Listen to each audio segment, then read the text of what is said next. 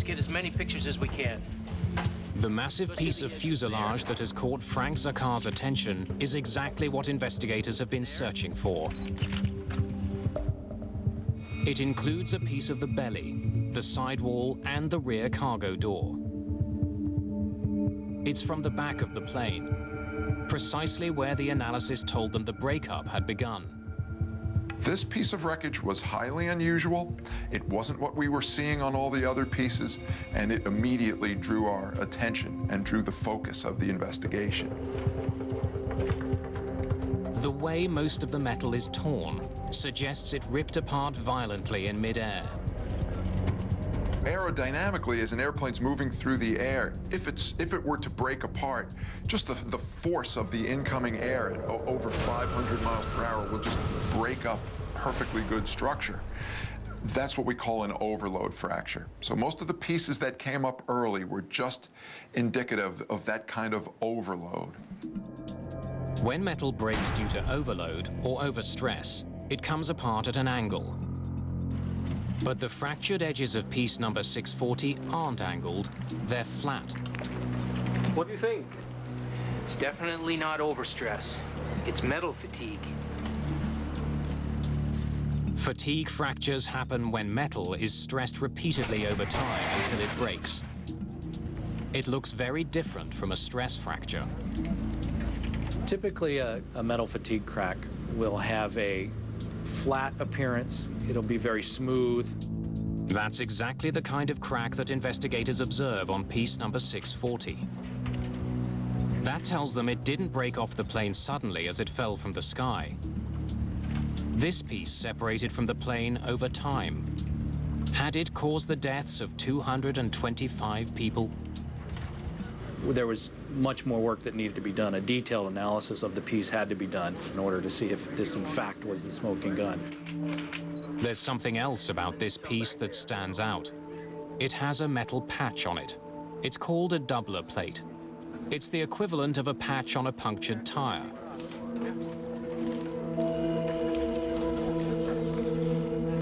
It's not unusual to find numerous doubler plates on older planes like this one.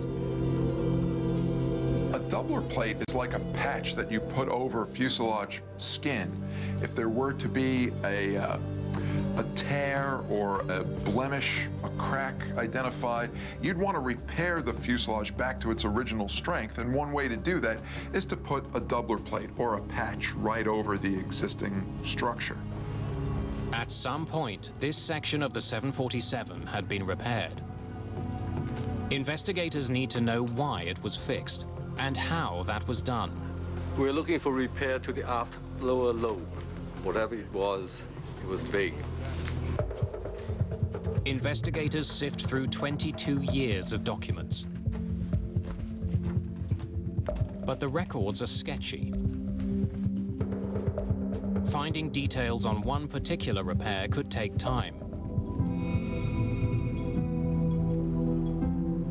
There's something about this particular doubler that catches Frank Zakar's attention. The outside of the fuselage contained longitudinal streaks that appeared to emanate from between the doubler plate and the skin. Something is leaking from underneath the metal patch. Was there a possibility that the skin had broken, cracked, and was there any fuel or air coming out from between the doubler and the fuselage? And that warranted further examination. Let's cut it from here to here and send this piece to Chongshan. In order to see what's underneath the doubler, a large section of piece 640 is sent to a lab. No evidence has been found of structural or mechanical problems with Boeing's 747-200 airplanes. Taiwanese aviation officials have no reason to keep the planes on the ground. The Chongshan Institute of Science and Technology is a military research facility. It's at the forefront of Taiwan's space program.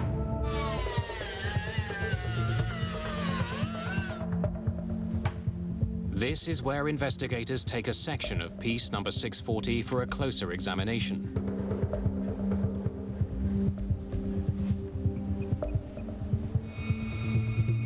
NTSB's Frank Zakar finds a telling clue on the crack itself.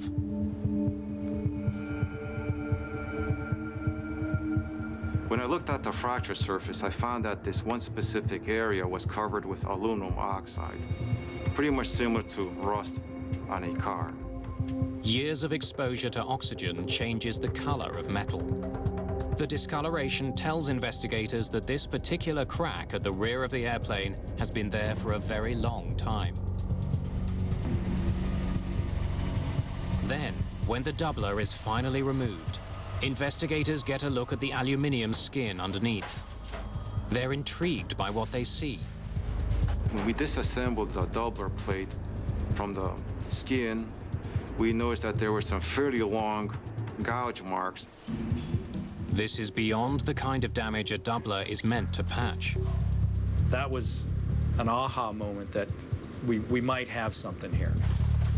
The search of the plane's documents also pays off.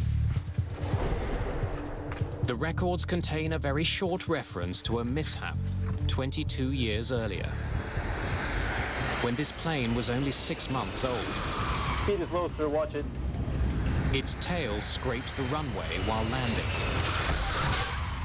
Did you feel that? It happens when a plane lands or takes off at too steep an angle. It's called a tail strike. 009 Hong Kong Tower. We observed smoke and sparks from your tail on landing. Roger, Hong Kong Tower. We'll have that looked at. Tail strike, sir. I better log that. It is a relatively common occurrence. It's not a good thing. Some airplanes even have what's called a bumper in that portion of the aft fuselage, so that if the tail ever does get too close to the ground, instead of sacrificing skin from the fuselage, you might have the sacrificial bumper that will take that wear. Tail strike damage is routinely repaired. Investigators want to know how China Airlines went about fixing the plane. They can only find a brief mention of the repairs that were done in the plane's logbook. That's all there is? That's all we could find. There's not a lot of detail in China Airlines records. China Airlines indicating they could not find any of those documents. And when we start looking for it, we could not find any. And they said they probably got lost. The documents that do exist show that the day after the tail strike, China Airlines did a temporary repair. Workers attached a large aluminium plate over the damaged area. What do we know about the permanent repair? It doesn't get much better. A more permanent repair was to be carried out within 4 months. This is what we got. The maintenance records indicated that the permanent repair was done in accordance with Boeing recommendations in their structural repair manual. Evidence that we uncovered indicate that the repair was not done per the Boeing repair manual. According to the manual, many of the scratches on the plane were too deep to be repaired. The entire damaged section should have been cut out and replaced. You have to follow certain procedures, and the Boeing structural repair manual indicating very clearly what you should do step by step. 22 years later, investigators can tell that for some reason the damaged piece was not replaced. The scratches from the tail strike are still there. China Airlines engineers tell investigators that the scratched area was too large to cut out, so they sanded the scratches down instead. In the event of scratching, it depends on how deep the scratches are. If they're not very deep, they can be blended out. But if the scratches are too deep, the repair technique that's called for is to actually cut out all of the scratched material and then design a doubler patch that's larger by a big percentage of the structure that was originally removed. The scratches weren't sanded down or cut out. They're still there. Maintenance workers then made one final mistake. They put the doubler plate right over the scratched material. The doubler plate that they put on was not 30% larger than the affected area. In fact, it was barely, maybe not even in certain locations, larger than the area that was scratched.